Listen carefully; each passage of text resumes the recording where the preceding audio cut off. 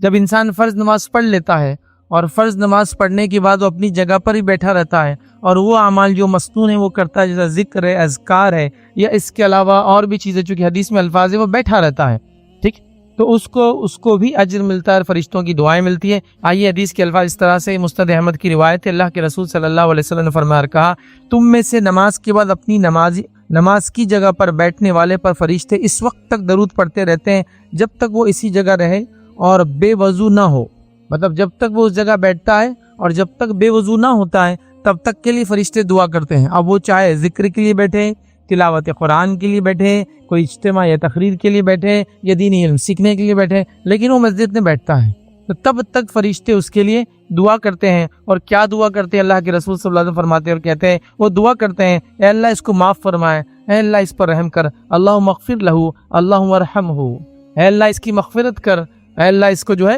معاف کر۔ یاد رکھیے، تو لہٰذا مغفرت مطلب اس کے گناہوں کو معاف کر دے، یاد رکھیے، اور رحم کر مطلب اللہ تعالیٰ اس کو رحم کر، مطلب آخرت کے اندر یاد رکھیے دنیا میں اللہ رب العزت جو ہے وہ رحمان ہے، مطلب سب کو اس کے نعمتوں کا فائدہ ہوتا ہے۔ بارش برستی ہے تو سارے گھروں پر ایک ساتھ برستی ہے ایک شہر میں، لیکن اللہ رحیم صرف مومنوں پہ ہے روز قیامت، یاد رکھیے، عمومی اس کی رحمت سب کو حاصل ہونے والی نہیں ہے، وہ خصوصی رہیں گی اور صرف مومنوں کے لیے۔ تو وہ دعا کرتے اللہ اس پر رحم کر، مطلب دنیا میں رحم کر، آخرت میں رحم کر۔ تو فرشتوں کی دعائیں تب تک ملتی ہے جب تک ایک آدمی نماز کے بعد نماز کی جگہ بیٹھا رہتا ہے، پھر مسنون اذکار ہے اور دیگر چیزیں کرتا ہے۔ تو ہم کوشش کریں مساجد کے اندر جانے کی، ٹھیک ہے، اور اس میں اول وقت آنے کا بھی دیکھ لیا، نماز میں رہنے کا ثواب ملا، اور بعد میں رکنے کا یہ ہے کہ فرشتوں کی دعائیں، تو نماز میں رہنے کا ثواب بھی ہے، فرشتوں کی دعائیں پہلے بھی ملی اور اس کے بعد بھی فرشتوں کی دعاؤں کا ایک انسان مستحق ہوتا ہے۔ تو لہٰذا ہم کوشش کریں کہ اگر وقت ہو ہمارے پاس، چونکہ آج کل مصروفیتیں ہیں، آفیسز ہے، اسکولس ہے، کالجز ہے، مختلف لوگوں کی انکم کی وجہ سے لوگ آگے پیچھے ہوتے ہیں، وہ ایک الگ بات، لیکن کوشش کرے انسان اگر وہ خالی ہے تو کئی لوگوں کو دیکھا جاتا ہے فری ہے تو نکڑ پہ کھڑے ہیں، چوراہوں پہ کھڑے ہیں، کیوں نہ مسجد میں نماز کے اثر بیٹھا جائے ایک لمبے عرصے تک، تاکہ اجر و ثواب کے ہم مستحق بنے بہرحال۔ تو یہ ایک عمل تھا۔ یہ اور ایک عمل دیکھتے ہیں جس کے کرنے سے فرشتوں کی دعاؤں کے ہم جو مستحق ہوتے ہیں یا فرشتے ہمارے دعا کرتے ہیں، وہ ہے ختم قرآن کرنے والوں کے لیے فرشتے دعا کرتے ہیں۔ اس کا معنی یہ ختم قرآن مطلب ایک انسان قرآن پڑھ رہا تھا، اس نے قرآن کو چالو کیا الحمدللہ رب العالمین سے، اور وہ خاتمے تک جا رہا ہے، مطلب سورہ فاتحہ سے شروع کر رہا ہے اور سورہ ناس پر ختم کر رہا ہے۔ اور پہلے زمانے میں یہ بات بالکل عمومی طور سے کی جاتی تھی، یاد رکھیں۔ اسی اعتبار سے قرآن کے اندر، اسی اعتبار سے دیکھیں، نبی اکرم صلی اللہ علیہ وسلم کے زمانے میں قرآن میں بہت ساری چیزیں نہیں تھی جو آج آپ دیکھتے ہیں لکھنے کے اعتبار سے، مطلب یہ کہ وہ جو رکوع، اس کے بعد منزلیں، اس کے بعد پارا، یہ آپ دیکھتے ہیں نا، اس کے بعد نصف، جو سورہ کہف کے اندر یہ تلطف دیکھیے آپ دیکھیں گے تو وہ تھوڑا بڑا لکھا ہوا رہتا ہے، چونکہ وہاں ایگزیکٹلی قرآن آدھا ختم ہوتا ہے، ہاف قرآن ختم ہوتا ہے وہاں، تو وہ نصف بولتے ہیں اس کو، تو ہاف قرآن یہ آپ سب دیکھیں گے۔ تو یہ کیوں بنائے گئے؟ یہ پہلے زمانے میں نہیں تھے، اس اعتبار سے تھے، رکوع سے مراد یہ کہ ایک رکعت میں کتنا پڑھ لے تو رکوع بنا دیے گئے تھے۔ اسی طرح ایک انسان جو ہے مہینے میں قرآن ختم کرے تو پارے بنا دیے گئے تھے، مطلب یہ نہیں کہ اس کو قرآن ویسے ہی تھا، صرف اس کو کہ بھائی یہاں سے یہاں تک پڑھے تو ایک ایکولی 30 ڈیز میں ڈسٹریبیوٹ کر دیا گیا تھا۔ پھر منزلیں بنا دی گئی تھی اس 7 قرآن میں، تاکہ 7 ڈیز میں کسی کو ختم کرنا ہو تو 7 منزلیں ہیں، ٹھیک، تو اس اعتبار سے یہ سب کیا گیا تھا۔ تو پہلے زمانے میں لوگ قرآن کو ختم کرنے کی عموماً عادی تھے، یاد رکھیے، بہت زیادہ کثرت سے پڑھتے تھے۔ تو ظاہر سے جب وہ سورہ فاتحہ سے سورہ ناس سے پہنچ رہے تو جس وقت قرآن ختم ہو رہا ہے، جس وقت، تو اس وقت سے لے کر اگر صبح کر رہا ہے تو شام تک، شام کر رہا ہے تو صبح تک فرشتوں کی دعائیں حاصل ہوتی ہیں۔ تو آئیے اللہ کے رسول صلی اللہ علیہ وسلم کیا فرماتے ہیں، سنن دارمی کی روایت، آپ نے فرمایا جب ختم قرآن رات کے ابتدائی حصے میں ہو، اور چونکہ عموماً اس زمانے میں قرآن مصروفیت دن میں ہوتی حلال روزی کی، تو یہ کام رات میں زیادہ کرتے تھے۔ تو بہرحال آپ فرما رہے ہیں جب تم ختم قرآن رات کے ابتدائی حصے میں ہو تو فرشتے صبح ہونے تک اس پر ختم قرآن کرنے والے پر درود بھیجتے، مطلب دعائیں کرتے ہیں رہتے ہیں، اور اگر ختم قرآن رات کے آخری حصے میں ہو، مطلب تہجد کے وقت، سحر کے وقت جس کو کہیں گے، اگر اس وقت ہوتا ہے تو شام تک، مطلب اس کا پورا دن شام تک فرشتے اس کے لیے درود بھیجتے رہتے ہیں۔ قرآن کو ختم کرنے والا، مطلب سورہ فاتحہ سے شروع کر کے سورہ ناس تک پڑھنے والا، جس وقت اس کو سورہ ناس میں ختم کرے گا تو اس وقت جب ختم ہوں گا اس وقت سے لے کر تو اس کی شام میں ہے تو اس کی صبح تک فرشتے اس کے لیے دعا کرتے ہیں، یاد رکھیے۔ اور فرشتوں کی دعا ہم نے دیکھا اس کی مغفرت کے لیے ہوتی ہے، اس پر رحم کے لیے ہوتے ہیں، دنیا میں مشکل آسانی کے لیے ہوتی ہے، اور کئی بہرحال تو فرشتے دعائیں کرتے ہیں، یاد رکھیں۔ تو لہٰذا ہمیں چاہیے کہ ہم ختم کو قرآن کو بترتیب پڑھیں، سورہ فاتحہ سے سورہ ناس، اور اس کو ختم کرنے کی کوشش کریں۔ یہ بڑی جس کو ہم کہیں گے ایک